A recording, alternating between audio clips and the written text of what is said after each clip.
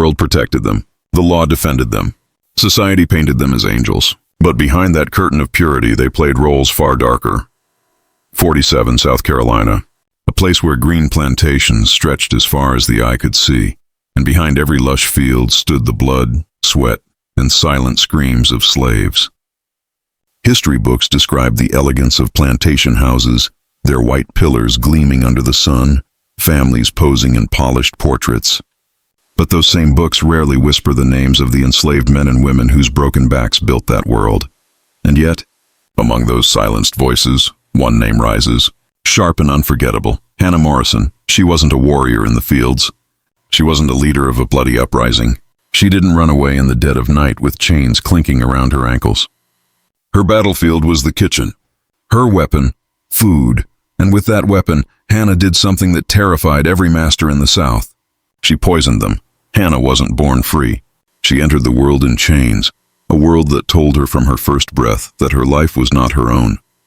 Records of her exact birth year are lost, like so many other slave stories, but we know she lived and worked in South Carolina during the 1840s. The Morrison plantation wasn't the largest in the South, but it was comfortable, wealthy, and cruel. The Morrison family, respected churchgoers, invited to social dinners dressed in fine fabrics, carried the reputation of honor in public. But inside the walls of their estate, the enslaved people lived in a hell that had no escape. Hannah was assigned to the house, which some might think was a privilege. She cooked. She cleaned. She served food to the master and his family. She saw them laugh over wine, discuss politics, talk about freedom and faith, while she herself was denied both. But here's the cruel irony. The house slave saw everything. She learned their habits, their weaknesses, their pride, and their secrets. And Hannah learned one more thing. Silence could be sharper than any blade. Imagine Hannah's mornings. Before the sun even stretched its first light over the fields, she was awake, chopping, boiling, grinding, and kneading. The kitchen was her cage. The air was filled with smoke from the hearth and the smell of food she would never fully taste. Every dish she prepared wasn't hers. Every bite she served reminded her of her place. She fed the very hands that struck her. She filled the plates of people who called her less than human. The law told her she was property. The church told her to be obedient. Society told her she had no voice. But inside her heart something grew, a quiet defiance, a dangerous thought. What if the same food they used to control me could one day destroy them? We don't know exactly when Hannah first touched poison. Maybe it was an accident, seeing how herbs could be misused. Maybe it was whispered knowledge, passed secretly among enslaved people like forbidden fire. Slaves had their own networks of survival, quiet ways of resisting. Stories, songs, coded messages, and sometimes recipes. Hannah wasn't the first to think of poison. In fact, across the South, white masters lived with a hidden paranoia. What if my slave put something in my drink? This fear was so real that some states made laws. Any slave caught with poison, or even suspected of knowing how to make it, could be executed. But paranoia alone wasn't enough to stop the cruelty. Masters kept eating. Slaves kept cooking. The system kept turning, until Hannah. The story goes that it was New Year's morning when Hannah acted. For the masters, the day was filled with celebration, a feast to welcome prosperity. For the slaves, it was just another day of labor. But for Hannah, it was the day the cage cracked. She prepared the meal as usual. The table was decorated. Wine bottles glistened. Bread steamed fresh from the oven. Dishes of meat and vegetables were laid out. Everything looked perfect. Too perfect. The family gathered, dressed in fine clothes. They prayed over the food, thanking God for their blessings. And then they ate, bite by bite, sip by sip. They swallowed not just food, but Hannah's rage, Hannah's silence, Hannah's revenge. What happened next spread like wildfire across the county. Some say the master fell ill within hours, writhing in pain, his face turning pale. Others say the entire family felt the effects. What's certain is this: the house that once stood as a symbol of control was filled with fear. The Morrisons suspected Hannah. How could they not? She was the cook. But suspicion wasn't enough for proof. The laws were brutal, but even they needed some justification before execution. And Hannah? She remained silent. She didn't confess. She didn't beg. She simply watched. For masters who believed slaves were powerless, The thought that one woman with a spoon and a pot could bring them to their knees was unbearable. Hannah's act wasn't just personal revenge. It was a message. And the South heard it loud and clear. Slaves outnumbered masters in many places. What if more cooks followed Hannah's path? What if every cup of coffee, every bite of bread carried hidden danger? Suddenly, the very people masters depended on to clean their homes, raise their children, cook their meals, became potential threats. Hannah didn't start a rebellion with guns. She started one with fear, and fear once planted never leaves easily. Hannah Morrison's story begins here, with a single act on New Year's Day, 1847. But this is only the surface. To understand her courage, her choices, and the world that shaped her, we must dive deeper. Who taught her the art of poison? What risks did she face? How did society respond? This was not just a crime. It was a statement.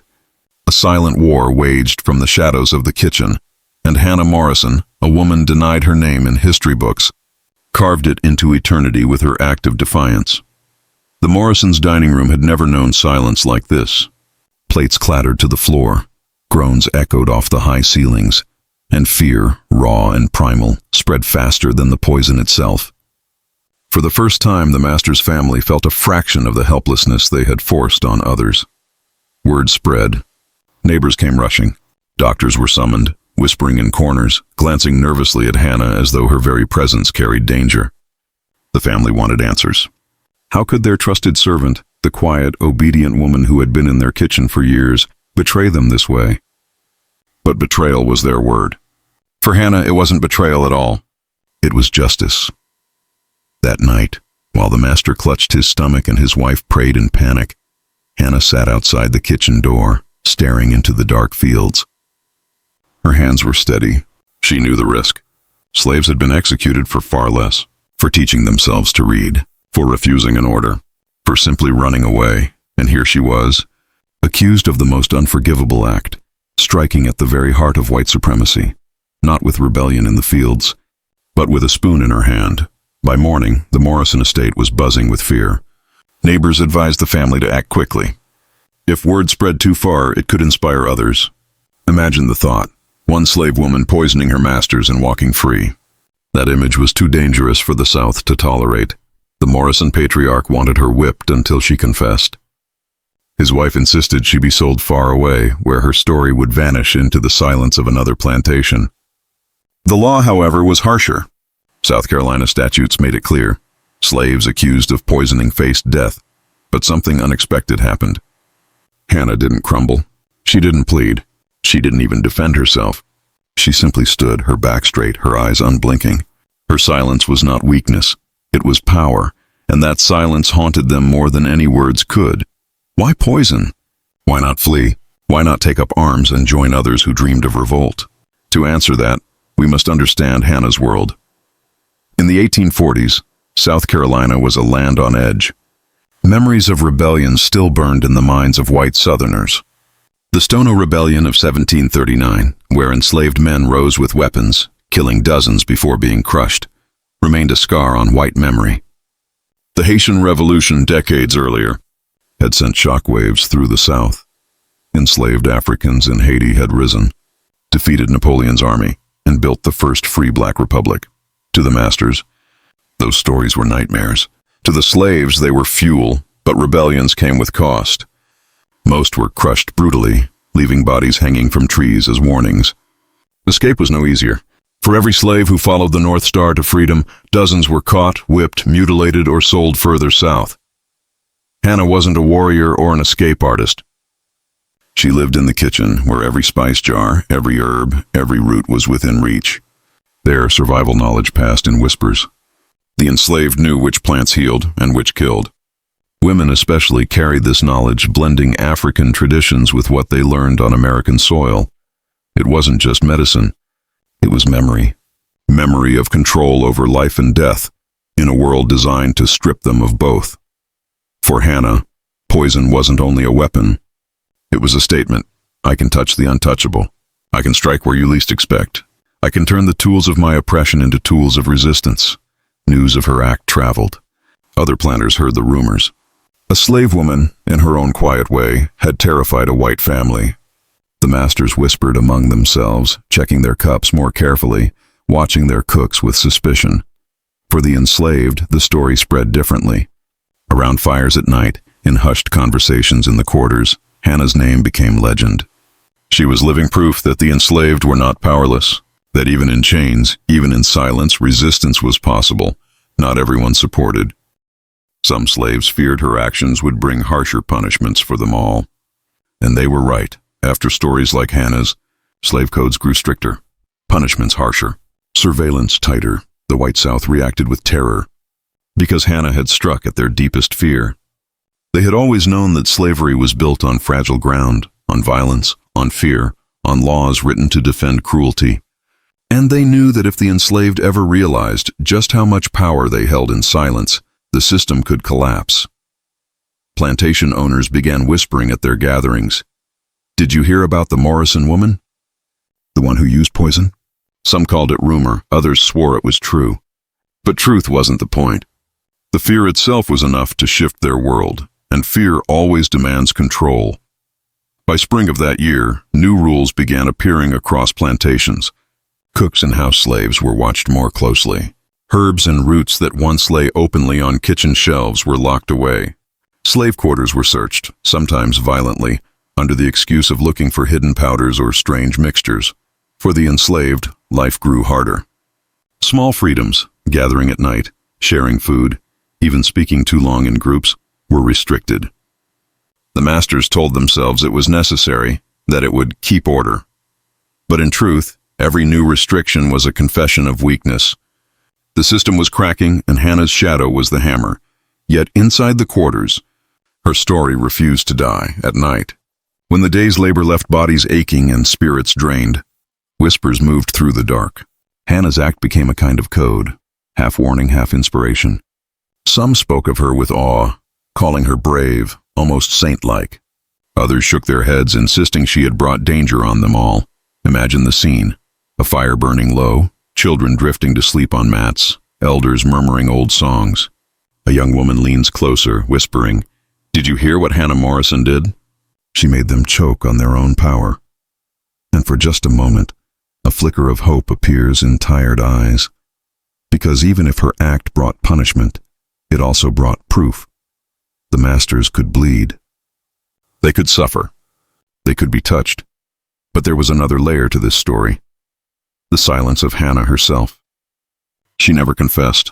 She never cried out for mercy. Even under suspicion, even under the threat of death, she held her tongue. For the enslaved, that silence was louder than rebellion. It meant control. It meant dignity in the face of humiliation. It meant choosing when to speak and when to withhold truth, a freedom no master could strip away. Her silence became legend. And legends are dangerous things. By the time months had passed, white families were looking at their slaves differently. No longer were the cooks and maids invisible servants. Suddenly they were potential threats. A master might hesitate before sipping his wine. A mistress might glance twice at the bread on her plate. Trust, once the backbone of house labor, was fractured. And this is where Hannah's true revenge revealed itself. Not in one poisoned meal, not in one family's suffering, but in the invisible fear she planted across the South. Fear that spread from kitchen to kitchen, table to table, until every household lived with the ghost of her silence. Yet fear cuts both ways. For the enslaved, the backlash was heavy. Whippings increased. Families were torn apart as problem slaves were sold further south. Overseers patrolled with sharper eyes and crueler hands. Hannah's story was used as justification. Look what happens when you trust them too much. Look what happens when you let them close. And still, the whispers persisted, because punishment could not erase memory. By 1848, only a year after Hannah's act, newspapers carried quiet warnings. Slave insubordination suspected.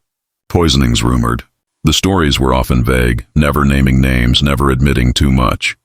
Because to admit was to spread panic. But the enslaved didn't need newspapers. They had each other, and through their voices Hannah's silence lived on. Some say Hannah was executed. Some say she was sold into the deep South, her fate swallowed by cotton fields and silence. But in truth her ending matters less than what she left behind. Because in every whispered story, in every suspicious glance at a cup of wine, and every law tightened out of fear, Hannah remained, not as a woman of flesh and blood, but as a symbol of quiet resistance, a symbol of power in silence, a symbol that even the most ordinary act, a meal prepared, a dish served, could carry revolution. For the masters, Hannah Morrison was a warning. For the enslaved, she was a possibility, and for history, she was a ghost that refused to vanish. Because sometimes, the loudest revolutions are the ones carried not by guns or fire, but by silence and a single decisive act. The trial was not a trial at all. It was theater, designed to remind the enslaved who held the whip, and to assure the planters that order had not slipped away forever. Hannah stood in the center of a crowded room, her wrists bound, her body thin from weeks of confinement. The Morrison patriarch sat at the front, pale but alive, his pride far more wounded than his flesh. Neighbors whispered, craning their necks for a glimpse of the woman who had turned her kitchen into a battlefield. Accusations poured like water. The master's wife swore Hannah's eyes had burned with hatred that morning. A field hand, terrified of punishment, claimed he had once seen her grinding strange roots. An overseer declared that only poison could explain the family's sudden illness. But through it all, Hannah said nothing.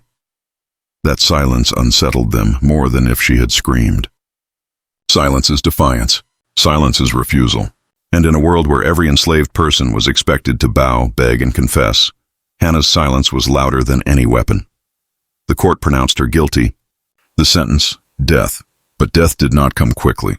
Rumors say she was locked in a cell for weeks waiting for the noose. Some claimed she was whipped until her back bled, forced to speak. Others believed she was sold in secret, sent farther south to vanish among endless rows of cotton. No record survives to confirm her end, and yet, that is exactly why her story lived, because a death recorded is a life concluded. A name in the ledger is a name that can be forgotten. But Hannah Morrison became something else, a ghost, a warning, a whisper that no law could erase. By the 1850s, planters across South Carolina tightened their grip. Kitchen slaves were rotated more often. Some masters insisted on tasting food only after their dogs had eaten from the plate. Locks appeared on spice cabinets. And still their hands trembled when lifting a cup. At the same time, enslaved people clung to Hannah's story like secret scripture. Around fires at night, mothers told their children, "Remember the woman who fed them their own fear." Men returning from fields whispered, "One spoon can weigh heavier than a whip." For them, Hannah was not a criminal. She was a reminder that the powerful were not untouchable. Her act was never just about poison. It was about breaking the myth that masters were gods. She revealed the truth. They were only human, fragile, and mortal. As the 1850s marched toward war, that truth mattered. The South was a powder keg. Debates over slavery split the nation. Abolitionist voices grew louder in the North, and enslaved people whispered of freedom with a new boldness. Every rebellion, every escape, every act of resistance chipped at the system's foundation. And in those whispers, Hannah's ghost lingered. She had no army, no banners, no speeches recorded in history books. But her silence had done what armies dreamed of. It made the enemy doubt. When the Civil War finally erupted in 1861, white planters remembered the terror Hannah had inspired. They feared that the war would unleash 1,000 Hannah Morrisons, cooks, maids, field hands, each ready to strike in the shadows. And in many ways they were right. Enslaved people fled to Union lines, sabotaged fields, misled overseers, and in every act of defiance carried the echo of her story. No historian can tell us with certainty where Hannah's bones rest. No grave bears her name, but perhaps that is the point. She does not belong to one plantation, one family, or one fate.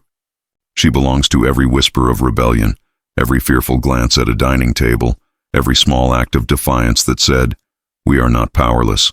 The world protected the masters. The law defended them. Society painted them as angels. But Hannah Morrison, with nothing but silence and a spoon in her hand, stripped away the illusion. She showed that the cages of slavery were not unbreakable. She showed that even in chains, the enslaved could make the powerful tremble. And though history tried to erase her, the silence she left behind continues to speak. Because sometimes the loudest voice is the one that refuses to speak at all.